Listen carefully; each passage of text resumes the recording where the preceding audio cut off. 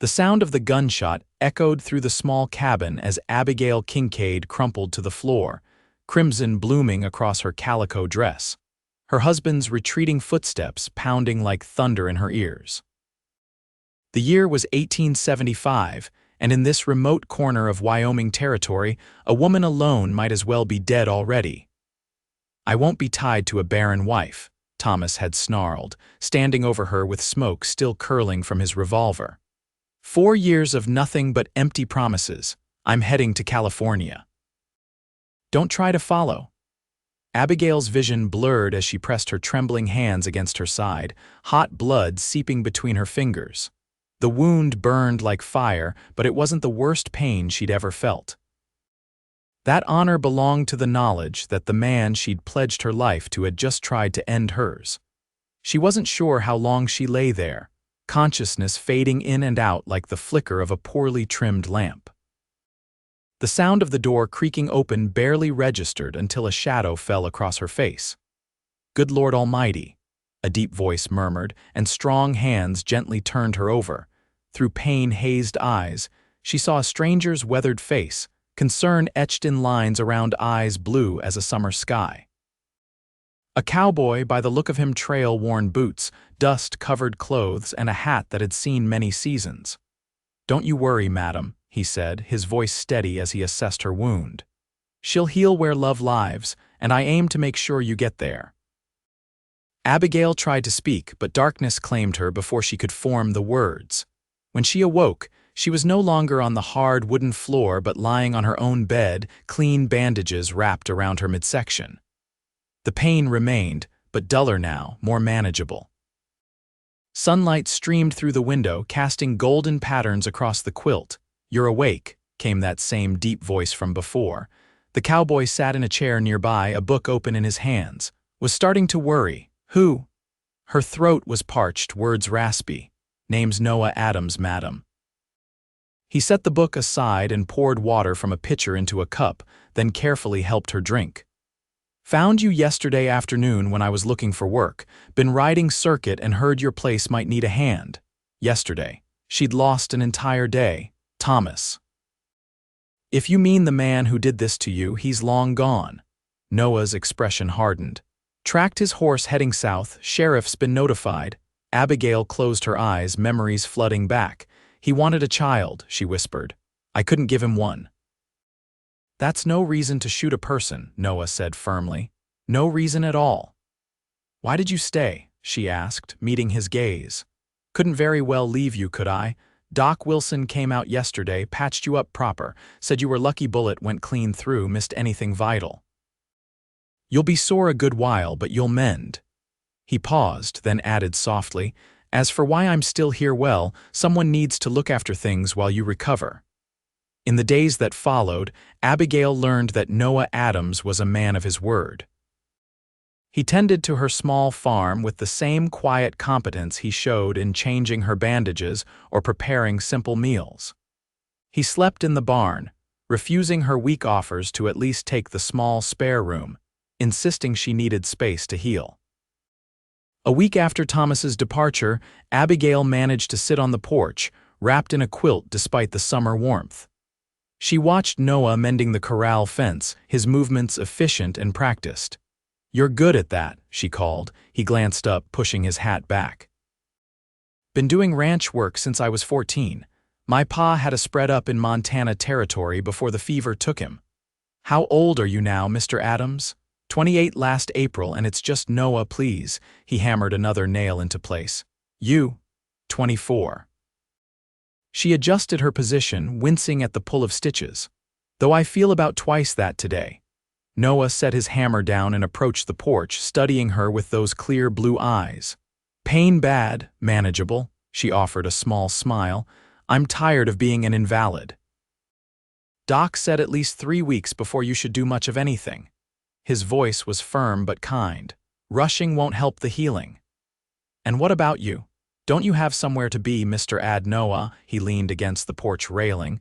"Nowhere particular, been drifting since the war ended." "Too many ghosts back home." Abigail nodded, understanding more than she could say. "Well, I'm grateful you drifted this way." That evening, as she listened to Noah moving about in the kitchen, Abigail felt something she hadn't experienced in a long time: safety. It was a feeling that had gradually disappeared during her marriage, eroded by Thomas's increasingly volatile temper and bitter disappointments. The following morning, a wagon approached, carrying Mabel Jenkins from the neighboring farm. The older woman bustled in with baskets of food and enough gossip to fill the quiet house to bursting. "Everyone's talking about what happened," Mabel said, arranging jars of preserves on Abigail's table. "Never did trust that husband of yours, always had shifty eyes." Mabel. Abigail began, embarrassment heating her cheeks. "Now don't you worry, I've set them straight, told them exactly what kind of man would shoot his own wife." Her eyes slid to Noah, who was tactfully trying to make himself scarce. "Though I see you found yourself a better class of man already." "It's not like that," Abigail protested. "Mr. Adams was kind enough to help when I needed it most." Hum. Mabel's knowing smile spoke volumes. "Well, Mr. Adams, the community appreciates a good Samaritan. You planning to stay on a while?" Noah cleared his throat. "Just until Mrs. Kincaid is back on her feet." "Well, there's the harvest coming. Abigail can't manage alone, wound or no wound. Her wheat needs bringing in." That night after Mabel left, Abigail found Noah on the porch, smoking and staring at the stars. "You don't have to stay for the harvest," she said softly. He turned, the ember of his cigarette glowing in the darkness. "Do you want me to go?" The question hung between them, weighted with possibilities neither was ready to name. "No," she admitted finally. "I don't." As summer faded into autumn, Abigail's body healed, though some mornings she still woke with an ache where the bullet had torn through.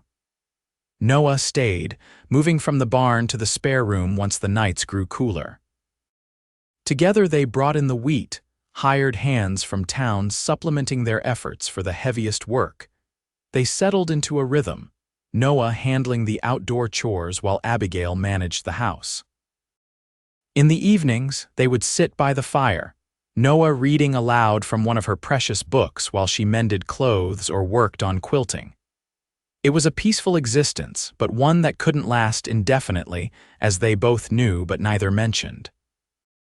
The letter from the territorial judge arrived in early October, informing Abigail that Thomas had been apprehended in Denver. He would stand trial for attempted murder, and she would need to testify. "I'll go with you," Noah said immediately upon hearing the news. Abigail looked up from the letter, her hands trembling slightly. "I can't ask that of you. You're not asking, I'm offering." His jaw was set in that determined way she'd come to recognize. "You shouldn't have to face him alone." The journey to Cheyenne took 3 days by stage, uncomfortable hours spent swaying and bouncing over rutted roads. Noah maintained a respectful distance in public, careful of her reputation, but his steady presence beside her was a comfort she hadn't realized she'd come to depend on. They took rooms at a modest hotel near the courthouse, and that evening Abigail stood at her window, watching the busy street below, anxiety making her stomach churn at the thought of seeing Thomas again. A knock at the adjoining door startled her. "Abigail, are you all right?" Noah's voice was concerned. She opened the door to find him standing there, his hair damp from washing, wearing a clean shirt she'd pressed for him before they left. "Just nervous," she admitted. "That's understandable." He hesitated, then asked, "Would you like to get some air?" "There's a small garden behind the hotel." The garden was little more than a patch of grass with a few benches, but the night air was crisp and clear, stars visible despite the town's lights. They sat side by side, not speaking for several minutes. "I keep thinking about what I'll say when I see him," Abigail finally confessed. "All these months I've imagined confronting him, asking why he did it. But now I'm afraid." Noah's hand covered hers, warm and calloused. "You're the bravest person I know, Abigail Kincaid. You survived what would have killed many. You rebuilt your life. You'll face him tomorrow and he'll be the one who's afraid." She turned to look at him, this man who had become so important to her in such a short time. "Why did you stay, Noah? Truly?" His eyes, silvered in the moonlight, met hers. At first because you needed help, then because I admired your strength, and now—" He paused, his thumb gently stroking the back of her hand. "Now I stay because I can't imagine being anywhere else." The courtroom the next day was crowded, the attempted murder of a wife by her husband being the kind of scandal that drew spectators from miles around. Abigail sat stiffly in her best dress, Noah beside her until she was called to testify. Thomas looked smaller than she remembered, diminished somehow by the months in custody.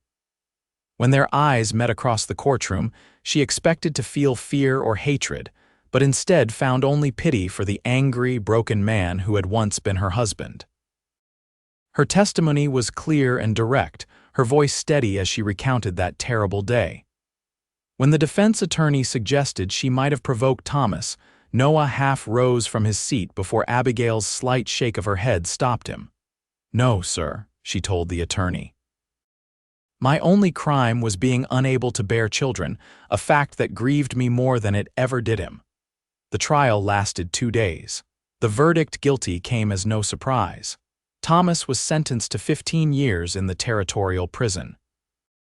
As they led him away, he looked back once at Abigail, his expression unreadable.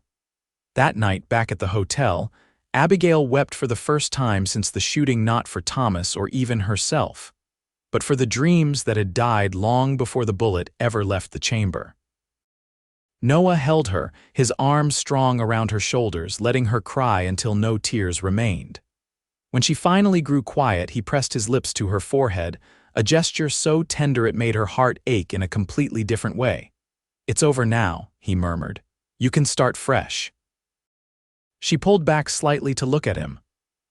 She corrected softly. If you want to." His eyes darkened with emotion. "Abigail, I know it's too soon," she hurried on. "I'm still legally married and there would be talk, but I don't care about talk," he interrupted, cupping her face in his hands. "And I'd wait years if necessary. But are you certain, after everything you've been through?" "I've never been more certain of anything," she whispered. "You showed me what love should be, Noah, not possession or demands, but care and respect." He kissed her then, gentle and questioning at first, then with growing passion as she responded in kind.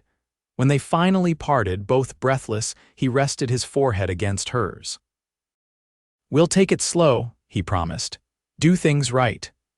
The journey back to the farm was filled with stolen glances and brushed fingers, a newfound awareness humming between them.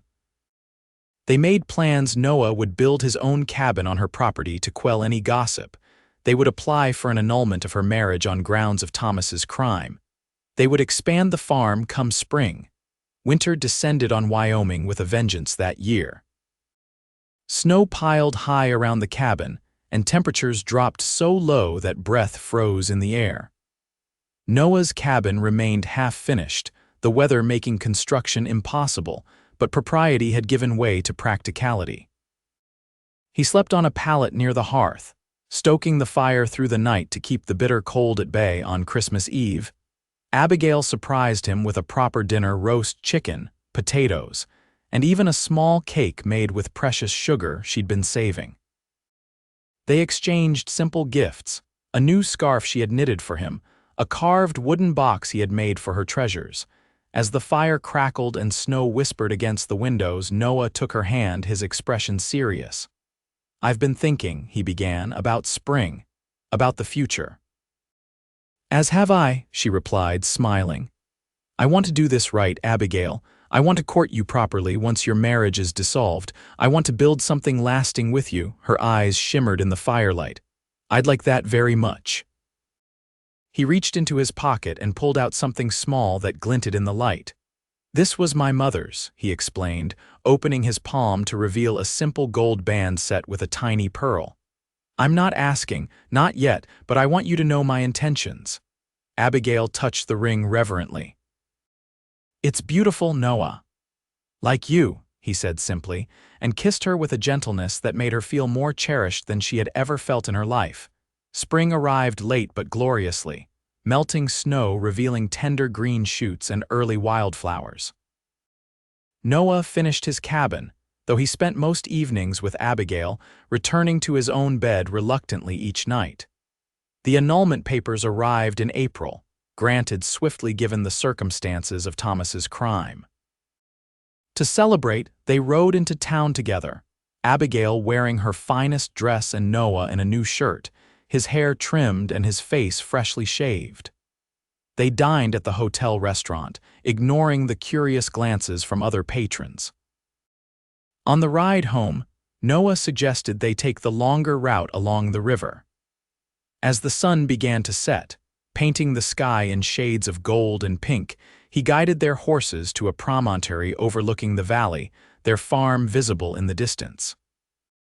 Dismounting, he helped Abigail down, his hands lingering at her waist. "I brought you here for a reason," he admitted, suddenly looking nervous in a way she'd never seen before. "Oh," she smiled, suspecting what was to come but wanting to hear the words nonetheless. Noah took both her hands in his. "Abigail Kincaid, when I found you that day, I told you that you'd heal where love lives. I didn't know then that I was talking about my own heart." He sank to one knee, still holding her hands. "I love you. I think I've loved you since that first week, watching you fight to recover, seeing your strength and your kindness. Would you do me the honor of becoming my wife?" Tears spilled down Abigail's cheeks as she nodded, unable to speak for a moment. "Yes," she finally managed. "Yes, Noah, I will marry you." He stood and pulled her into his arms, kissing her with all the passion they'd been restraining for months. When they finally broke apart, he slipped his mother's ring onto her finger, a perfect fit. They were married in May, a simple ceremony in the town church with neighbors and friends in attendance. Mabel Jenkins cried louder than anyone, declaring she'd known all along that Noah was exactly what Abigail needed. That night, as husband and wife, they discovered each other fully for the first time, Noah's gentleness giving way to passion as Abigail responded to his touch with an eagerness that surprised them both. Afterward, lying in each other's arms, Abigail traced the scars on his chest, remnants of his time in the war. "We're both survivors," she murmured. "More than that," he corrected, kissing her softly. "We're beginners. Everything before was just preparation for this for us." Summer brought an abundant harvest, their combined efforts making the farm more prosperous than it had ever been. They added new livestock, planted an orchard, and began to make plans for expanding the house. One evening in late August, as they sat on the porch watching the sunset, Abigail took Noah's hand and placed it on her stomach. His eyes widened in question, hope dawning in their blue depths. "Are you certain?" he asked, voice hushed with awe. She nodded, her smile radiant. "The doctor confirmed it yesterday. We'll have a child in early spring." Noah gathered her into his arms, tears streaming unashamedly down his face. "A child," he whispered, "our child." "I never thought it would happen," Abigail admitted. "After trying for so long with Thomas, I believed something was wrong with me." "Maybe all you needed was love," Noah suggested, kissing her tenderly. "Real love." The pregnancy progressed smoothly, Abigail blooming under Noah's attentive care. He insisted on hiring help for the farm work as her condition advanced, wanting her to rest as much as possible. On a snowy night in March, after 18 hours of labor, their daughter was born, a tiny, perfect girl with her father's blue eyes and a dusting of dark hair. They named her Hope, for all she represented in their lives. "She's beautiful," Noah murmured, cradling his daughter with hands that had once known only work and war, now gentle with new purpose. Just like her mother, Abigail watched them, her heart so full she thought it might burst. "We've come so far," she said softly, "when I think of where I was when you found me." "Don't," he said firmly. "That's the past. This," he gestured to encompass the three of them, "this is our future." As hope grew, so did the farm and so did their family. A son joined them 2 years later, a sturdy boy they named Samuel, after Noah's father. The following year, they took in twin girls orphaned when influenza claimed a neighboring family, expanding their hearts and home without hesitation. 5 years after Noah had first found Abigail bleeding on her cabin floor, they hosted a celebration for their anniversary.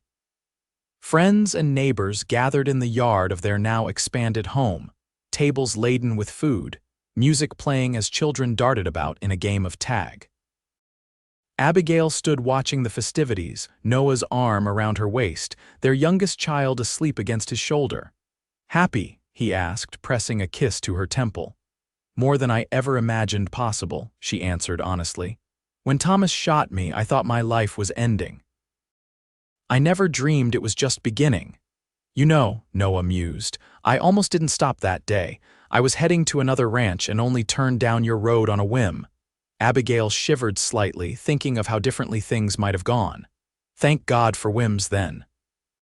"Thank God for second chances," he corrected. "For healing. For love." As twilight descended, lanterns were lit around the yard, casting a golden glow over the gathering. Noah set their sleeping son in Abigail's arms and stepped away, returning moments later with his fiddle. The crowd quieted as he began to play, a sweet, haunting melody that spoke of journey and arrival, loss and finding. When the song ended, he returned to Abigail's side, taking her free hand in his. "I love you, Mrs. Adams," he said, voice husky with emotion.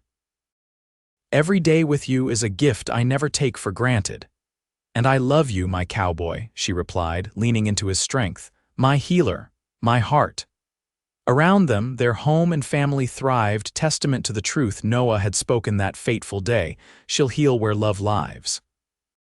And in the years that followed, through joys and sorrows, successes and setbacks, their love remained the foundation upon which everything else was built strong, unwavering and true as the North Star that had guided travelers home since time immemorial.